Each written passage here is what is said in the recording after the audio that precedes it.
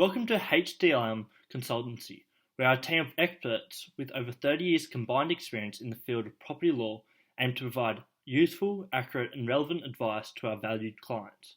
We strive to engage with our clients to ensure all inquiries may reach the best possible outcome.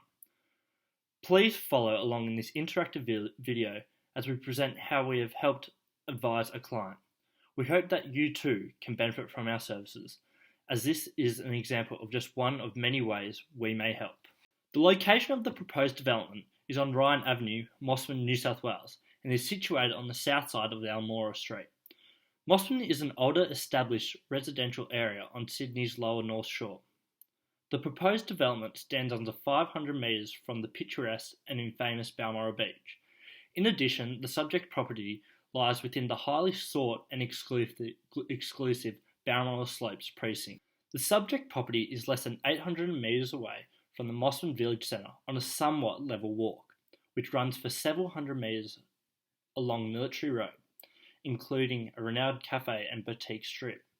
Within the immediate vicinity are a selection of private and public schools, including Queenwood's Girls' School, as well as Balmoral Beach being around a 500 metre steep walk away. The locality is serviced by bus public transport connecting to the city, Harbour Ferry Wharves, and the closest rail link is at North Sydney, around 5 kilometres away. The development consists of 7 lots of land having an accumulated lot area of 4,039 square metres.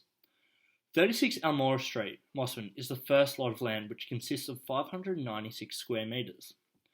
36 Almora Street faces the main road, Almora Street, in which Ryan Avenue comes off. The second lot is 12 Ryan Avenue. This lot consists of 527 square metres and is also on the corner of Ryan Avenue and Almora Street. The third lot of land is 10 Ryan Avenue, which includes 571 square metres and faces straight onto Ryan Avenue. The fourth lot, 8 Ryan Avenue, holds a lot size of 544 square metres. 6 Ryan Avenue is the fifth lot of land included in the development and has a lot size of 538 square metres. In addition, 4 Ryan Avenue holds a land area of 444 square metres. The last lot of land included in the proposed development is 2 Ryan Avenue. This lot of land consists of 719 square metres. Thanks for taking the time to chat to us.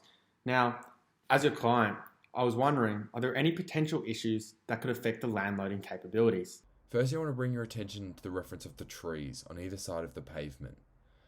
In the scenario, it is referenced that they are in a declining condition, and this has risen flags in our system, hence the reason to contact you around the trees. However, before any development can occur, all clients are required to gain development consent from the local council. This will allow us to proceed. This will allow them to then acquire with the Register of Significant Trees to determine if the trees are protected due to their age and location. Personally, I think the chances of them being protected are quite high due to their old age and vulnerability, which may cause further difficulties due to the trees being located in an active tree root zone. This could thereby impact the development through the deepness of the holes needing to be increased due to the roots' firmness. I feel I need to make you all aware of the blanket controls and the penalties associated with damaging heritage trees without permission. I wish to provide you an example of what could happen, as one of my clients endured this exact thing. Unless permissible permission is given under the subsection 125 of the EPA Act of 1979, removing trees that are protected by the Mosman LEP, significant penalties could become possible. Moreover, as our clients, it is our responsibility to make you aware that your house is now classified as in a state of disrepair. Part 6 of the Home Building Act sees that insurance for the home is valid through the Building Competition Scheme. Hence, the house being classified as disrepair means we can help you with that. To conclude, I want to ensure that you, our clients, have truly considered all options and financial commitments you will be making towards the desired development of your landholding. Thank you, and it's been a pleasure to work with you. Thanks for that. That gave me some good insight. I was wondering, what are the relative heritage factors we should be made aware of? To understand the relevant controls of heritage with the proposed development, we must first understand heritage and the items it aims to preserve.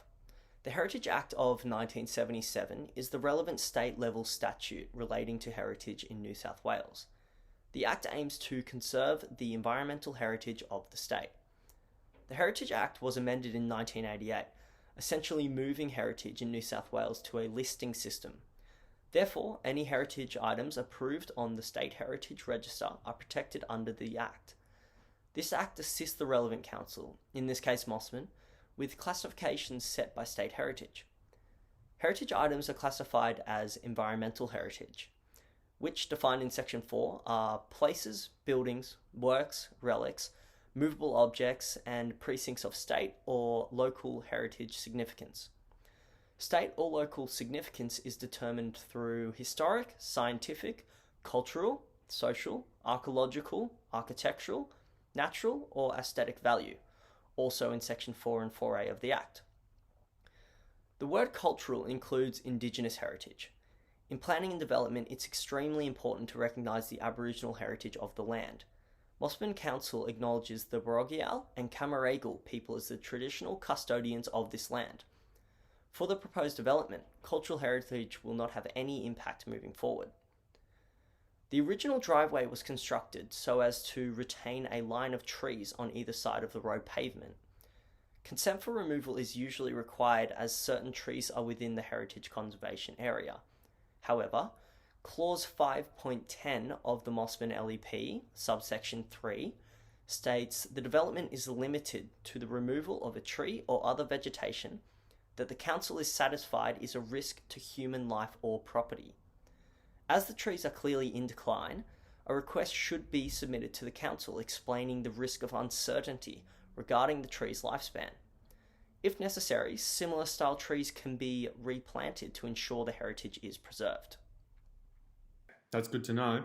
Does this have a significant impact on our plans to develop an apartment block? The Mosman Local Environmental Plan 2012 and the Mosman Development Control Plan 2012 will likely impact upon your proposed development. This is because the development application must comply with these instruments according to Section 4.15 of the Environmental Planning and Assessment Act 1979. Yes, this will likely impact upon your plans. According to Clause 2.2 of the Mosman Local Environmental Plan, the proposed development site is classified as an R2 low-density residential zone. However, residential flat buildings are prohibited under this zoning according to subsection 4 of the Zone R2 land use table. Therefore, the site would require rezoning to R3 medium density residential, whereby residential flat buildings are permitted with consent. This can be done by amending Mosman's local environmental plan by a planning proposal. However, this will incur fees and will require council to submit the proposal to the Department of Planning, Industry and Environment for approval to exhibit. Additionally, the proposed development site is located within Balmoral's townscape according to Clause 7.4, subsection 1 of Mosman's Development Control Plan. This outlines numerous planning controls that the development must adhere to. For example, in relation to building form and design, Part A states that the development must maintain architectural diversity of the area and limit bulky mega-dwelling houses with horizontal emphasis across allotments. Moreover, due to the special architectural and historic interest of the adjoining lots, the proposed development site is listed as a heritage item in Schedule 5 of the Mosman Local Environmental Plan. Therefore, Clause 5.10 of the Mosman Local Environmental Plan regarding heritage conservation must be considered. This is because, according to Subclause 2, development consent is required for demolishing or moving or altering the exterior of a heritage item, altering a heritage item that is a building by making structural changes to its interior, and erecting a building on land on which a heritage item is located. This is to conserve the environmental heritage of Mosman and the heritage significance of the heritage item itself, according to Subclause 1. Therefore, development consent must be issued by Mosman Council if this development were to occur. Thank you for listening to the presentation. It's been a pleasure to offer our services to you.